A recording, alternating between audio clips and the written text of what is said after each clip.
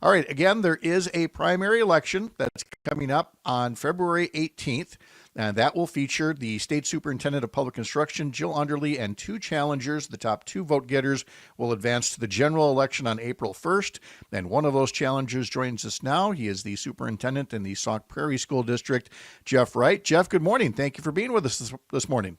Good morning. I'm glad to be here. Yeah, Thanks for having me on. we appreciate your time very much. Let's just start very generally about first a bit about you, and then we'll get into the decision to run. But tell us about what you currently do at Sauk Prairie and your path to get there.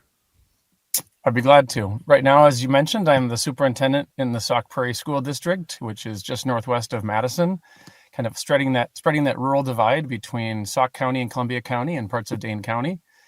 Prior to returning home to Wisconsin to work here in Sauk Prairie, where I've been for 13 years, I was a high school principal on the south side of Chicago, which was a phenomenal experience for me. And I learned so much about what I believe about education and the work that we get to do with students. I was in grad school prior to that, and I was a teacher also. But my story really begins in Stevens Point, where I grew up on School Street. My parents were both teachers, and they're the ones that initially inspired my desire to be an educator. I thought they were celebrities in town because everybody knew who Tim and Betty were as we went to the grocery store or around the community.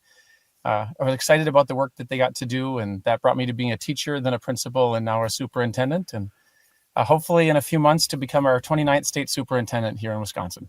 Well, and let's make clear, teachers deserve to be celebrities, should be celebrities, and should be more so. The current political climate makes that a little difficult at times, but there's very much a lot of advocacy on this program for making educators our celebrities. You also received a pretty high honor for your work as superintendent. I did. This past fall, the Wisconsin Rural Schools Alliance named me the Administrator of the Year, and I think what I get to bring uniquely into this job, Pat, is that I've been a principal in a high school in one of our largest cities in the country, but I've also been recognized for my work leading rural schools back home here in Wisconsin.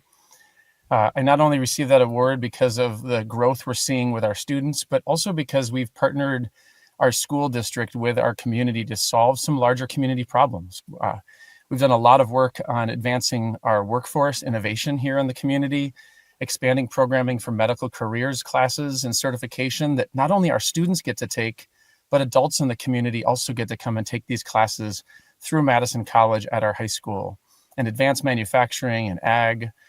We've also partnered with our business community to break ground on a new child care center, trying to meet that need that is present in so many communities across Wisconsin to make sure that there's access to quality child care for our young families. And we've also really done a lot of work on mental health and partnering with the U.S. Department of Education to reimagine how we provide mental health services to students and to families in crisis. And for that work, my team and yes, I was honored by the Wisconsin Rural Schools Alliance, and I appreciate that honor and just celebrating the work that we get to do as community leaders who know that when our schools thrive, our communities thrive too.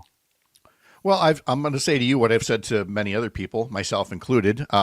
Life sounds pretty good. Why would you want to ruin all that running for office? But I did. Other people have. You are as well, deciding to run for state superintendent of public instruction, which, as a challenger, gets us into not just what you've done, but any compare and contrast with the reasons why you think voters should want to make a change. So let's get into what led to your decision to run for state superintendent. Well, it certainly is one of the most important jobs, and supporting our schools so that we can best support our students is something that inspires me to do this work and to take this leap, even if it, does disrupt the life of myself, my wife, and our 6th and 8th grade children. But it's also really, really essential work. And the administrators across the state and many of the teacher groups have been looking for somebody else to lead the Department of Public Instruction for well over 2 years. They're frustrated with things that are happening there and the broken relationship that exists between the department and the legislature and the department in many of our schools. And so I think that that's part of what led the Association of Wisconsin School Administrators, which is like the group of the principals, the deans of students, and many superintendents, to endorse my candidacy several weeks ago, knowing that our state schools and our Department of Public Instruction need to be leaders, need to be asking the hard questions about the work that we're doing, about achievement gaps in our state, looking for ways that we can innovate for our kids. And so, yes, it's a disruption to my life, but I believe so much in public education and the important work that we get to do with our communities. I'm grateful for the support of so many of my administrative and teacher colleagues to take this leap. And I hope that on February 18th that I get the votes of your listeners so that I can advance through the primary and become our next state superintendent. All right. Well, what we'll do then is we'll pause here because we've got a commercial break coming up shortly, and I don't want to shortchange more of your answer as far as deciding to run, what you would do differently, things like that. So again, we're talking to Jeff Wright. He's the superintendent in the Sauk Prairie School District, and he is a candidate for state superintendent of public instruction.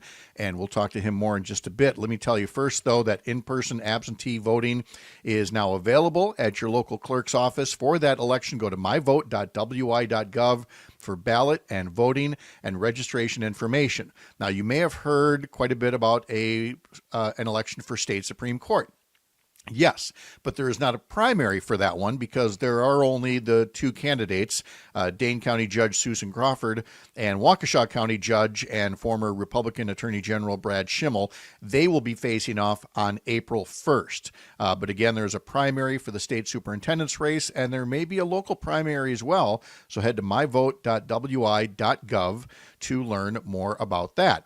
And then in the second half hour here, we will be talking to Congressman Mark Pocan about the ongoing Trump transition, some of the shiny objects from some of the new president's more bombastic proposals, including one that he made last night that the U.S. should somehow take over and occupy Gaza in the Middle East. I'm sure the congressman has some things to say about that. But we will get back to our conversation with Superintendent Jeff Wright, candidate for state superintendent of public instruction, in just 2 minutes. Wherever you're listening across Wisconsin on this Wednesday morning, when you're here, you're Up North. We'll be right back. Sarah Evans has a birthday today. This is Up North News Radio at 7:21. Let me check the text line here. First off, Robin Tigerton, I want to let you know we did get the picture. You texted us a photo of a beautiful sunrise in the town of Germania, and I will get that on a slide soon so that folks watching on social media can see that during the commercial breaks as well. Dana from La Crosse, I missed this one earlier where he says, what the heck is going on? The administration is letting hacker punks have access to everybody's vital information. How is this tolerable? This, of course, is about Elon Musk and a band of, shall we say, minions that now have access to some of our most sensitive information in government databases. And later, we'll discuss, maybe with Todd Alba, Dave's comment from New Berlin, why is Toto not in the Rock and Roll Hall of Fame? We talked about Toto during today's history lesson. You can hear that every morning at 6:50 here on Up North News Radio. Let's get back to our conversation with Jeff Wright. He's a candidate for state superintendent of public instruction. Before the break, he gave us a lot of biographical information and wanted to talk a bit about his decision to run. But in doing so, it does lead, this race is not unlike some races, say, for judges and justices, where the differences aren't always that cut and dry. There are areas, I sense, where you and the current superintendent, where you may share positions, but you may not necessarily share management style or ways that you would be an advocate for education as opposed to how Dr. Underly would do it. And so I'm not asking you for attack ads. I'm simply asking, people are looking that there's a current superintendent. Where do you have common ground, and then where do you differ that you feel voters should find you to be the better choice? Pat, I think you're right. And I don't want this to be a campaign that is all about negative things that make us so different. We do agree on many things. I think we do want many of the same things for kids. I think part of this is about the urgency with which we get to do this important work and how we would lead the department. An example that I would share that has been part of what I've heard from administrators across the state is that our current state superintendent took this position when our current high school seniors were freshmen in high school. So she's had a whole high school career, basically, of time to do this work. And the department is still editing and revising and creating a strategic plan. Like, what is the work that we're doing? Well, I don't think that most people in Wisconsin would take 4 years to determine what is the most important work. When you look at the achievement gaps that we have in our state, when you look at the the desperate need to make sure that all students have access to registered apprenticeships and job opportunities while they're in high school to learn what they're going to do after high school. When you look at our teacher shortage that is affecting so many districts across the state, we used to get 50, 60, 100 applications for a lot of jobs, and now some districts are only getting a handful, if that. So I think part of this is that there are so many urgent issues that need to be addressed by our state superintendent and the department that this superintendent gets to lead. And to have a lot of this work in pause during the last 3.5 years has frustrated a lot of people, not only within the department, but also in the schools. And I think that that's what drove the Administrators Association to look for change and to endorse an outside candidate instead of the incumbent. And that's one of the biggest differences I think that you're going to see in the leadership that I hope to bring to the department. I also hope to restore a working relationship with our legislature.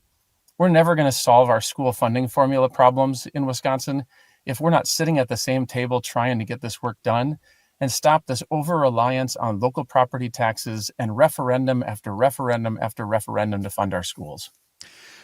Jeff Wright is a candidate for state superintendent of public instruction in a primary 2 weeks from yesterday. If you want to learn more about where to vote, go to myvote.wi.gov. In terms of that relationship with the legislature, I appreciate your optimism on that front. I've been watching, having been a part of that legislature, and watching the reaction. And I wish anybody luck with trying to work with the Republican majority. But I think that what a lot of voters also want to see right now is essentially a fighter for public education. It feels like public education is getting its lunch money stolen by, a voucher school system that is exploding in growth. And so I know that on the comment line already in one of the comment sections, I got a note saying, I want to put it up here so I can get it up on screen. Oh yeah, here it is. I would like to hear more about Jeff Wright's stance on school vouchers. So in terms of the way this current legislature has been very supportive of that program at the expense of public schools, where do you come down on that? Well, I agree with what you just said. And I think one of the worst parts of our current voucher program is that it is funded in about the least transparent way possible. There are so many local property taxpayers who have no idea, unfortunately, that it's the voucher tax is hidden within the amount of money generated for local public schools on a property tax bill.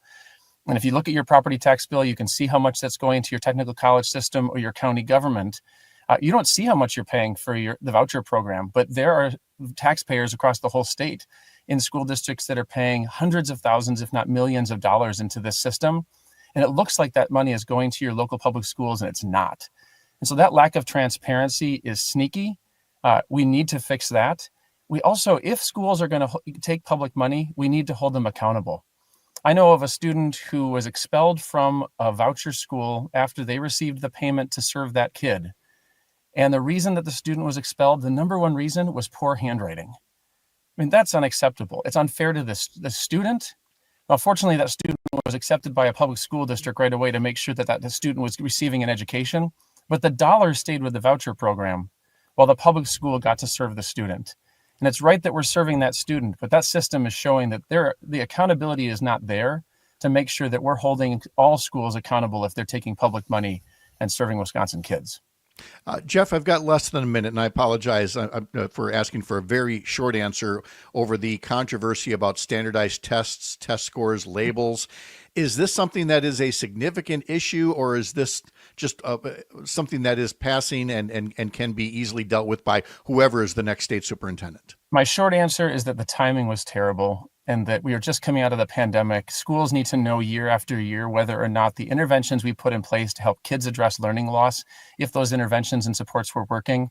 And so just as we were getting like the 3-year finish line to see if we made that progress, to have the finish line change, was really hard for schools, for teachers, and for families to know whether or not their child had fully recovered from the pandemic. And so the timing was terrible and the communication was really hard too. And that's what we heard the criticism of our governor. Jeff Wright is a candidate for state superintendent. Jeff, we really appreciate your time. Thank you for visiting with us today. Thank you. Have a great rest of the day.